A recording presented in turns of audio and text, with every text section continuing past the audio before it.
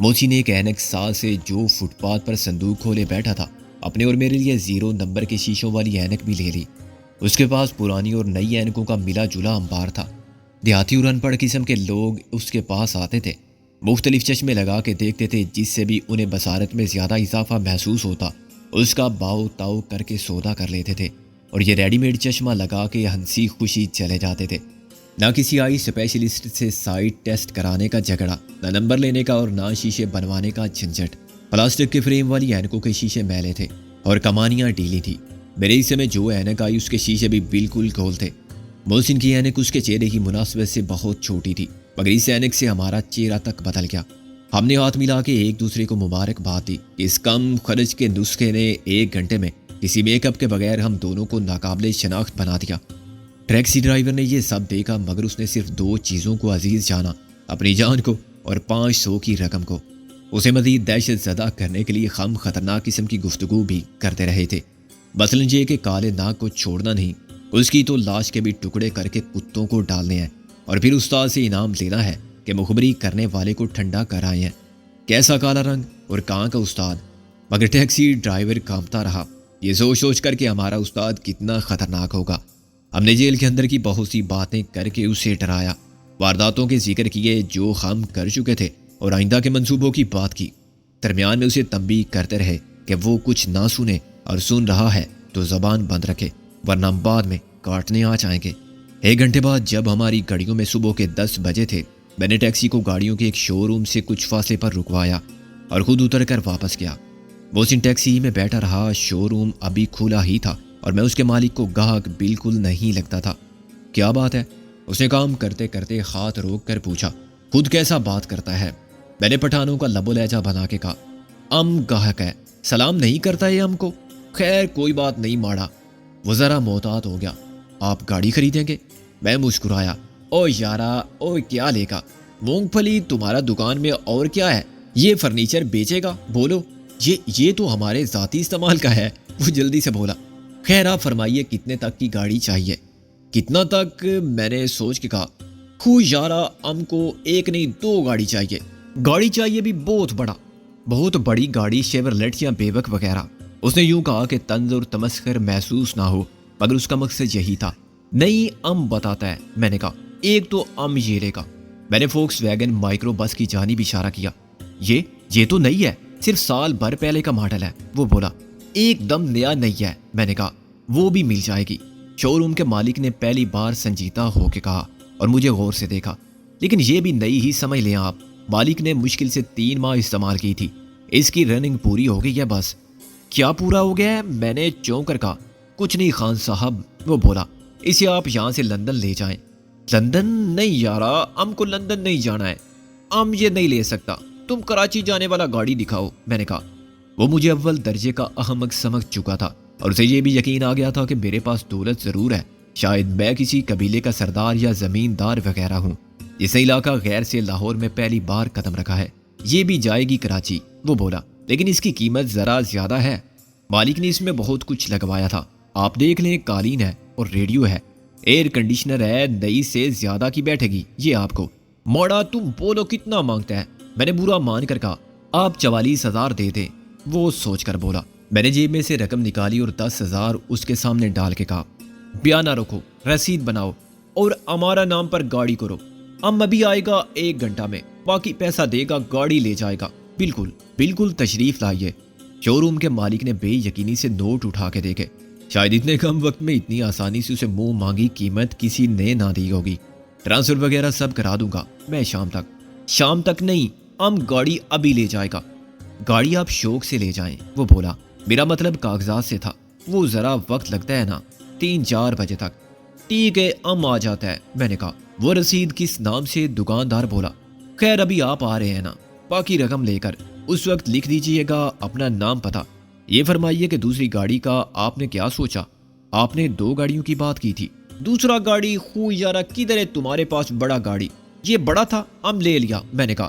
اس سے بھی بڑی؟ وہ چکرا گیا۔ کوئی بس وغیرہ یا ٹرک؟ نہیں، بس سے بھی بڑا گاڑی، میں نے کہا۔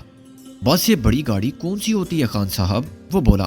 ہوتا ہے ہم دیکھا ہے، میں نے کہا، اور ہم کراچی میں دیکھا بہت لمبا گاڑی،